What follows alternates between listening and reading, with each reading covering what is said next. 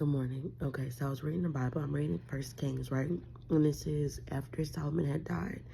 So Jeroboam sets up idol worship in Israel. So basically, we know that Solomon, the son of David, Solomon had the 700 wives and the concubines, and basically his heart was strayed away by his wives. So his wives he married the women that God told him not to marry, women of different tribes, nations, and he started following their gods.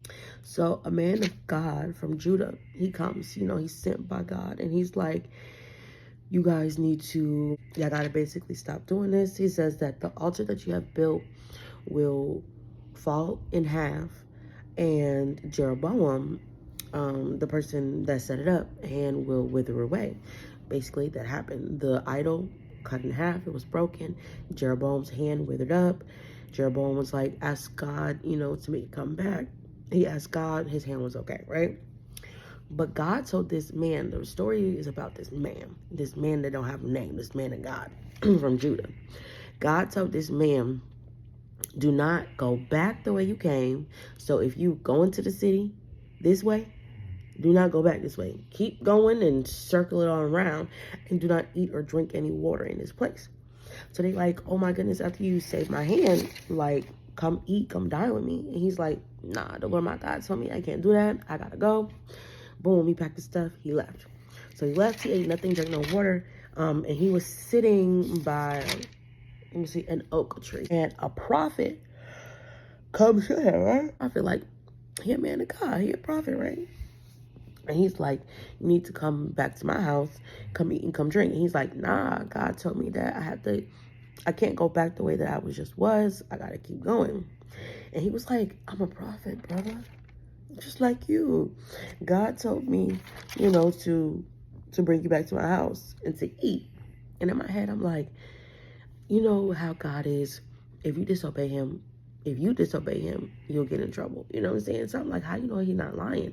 Or even, it's been times where in the Bible where angels will come, and because you didn't believe the angel, then you would get in trouble. And I'm like, how am I supposed to know?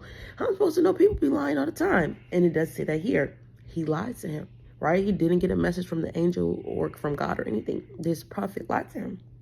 So he brought him back to the house. The man of God ate and drank, even though he wasn't supposed to. And the man of God is the one that was punished. So God told the prophet, the one that lied and brought him back, he said, tell the man this. He told the man that you would not be buried with your fathers, basically, and that you're going to die. The man finished eating. He got on his donkey, and he was going, not back this way, going a new way, but he was trying to still follow God. And so he was going, and a lion met him and tore him in half. Didn't even eat him, just tore him in half. And when the prophet that lied to him saw him, he felt so bad. The lion was sitting by him all day. He was just sitting looking at him. Like, he didn't eat him. He didn't eat the donkey that he was with. He just sat there. So the prophet knew, okay, this was from God, and I feel so bad. So let me pick up this man's carcass and put him on his donkey and take him back to my house. So he took him back to his house, and he said, bury him in my grave. And then he told his sons, when I die, bury him with his dads, and where he was going to be buried. And the message of the day is, don't let anybody steal your blessings. Don't let anybody get you off of where you should be, off of the word you should be listening to, because this man had direct instructions from God. And that's where that discernment comes in. Because me, I'm like, how are you supposed to know when people lying to you or not? You got to have that discernment. You got to pray to God. He didn't even pray to God. He just believed the word that he said. He didn't feel it in his heart. Where in the other stories, when the angel did come, it is a presence of the Lord. If you are in tune with the Lord, if you locked in, you're going to feel like, whoa, that was God. You know what I'm saying? And you got to be really locked into the Lord. Don't let nobody get you off your bag. Don't let nobody get you off your blessings. This man would have continued to be blessed, but he was killed, and he no longer was able to be buried by his people.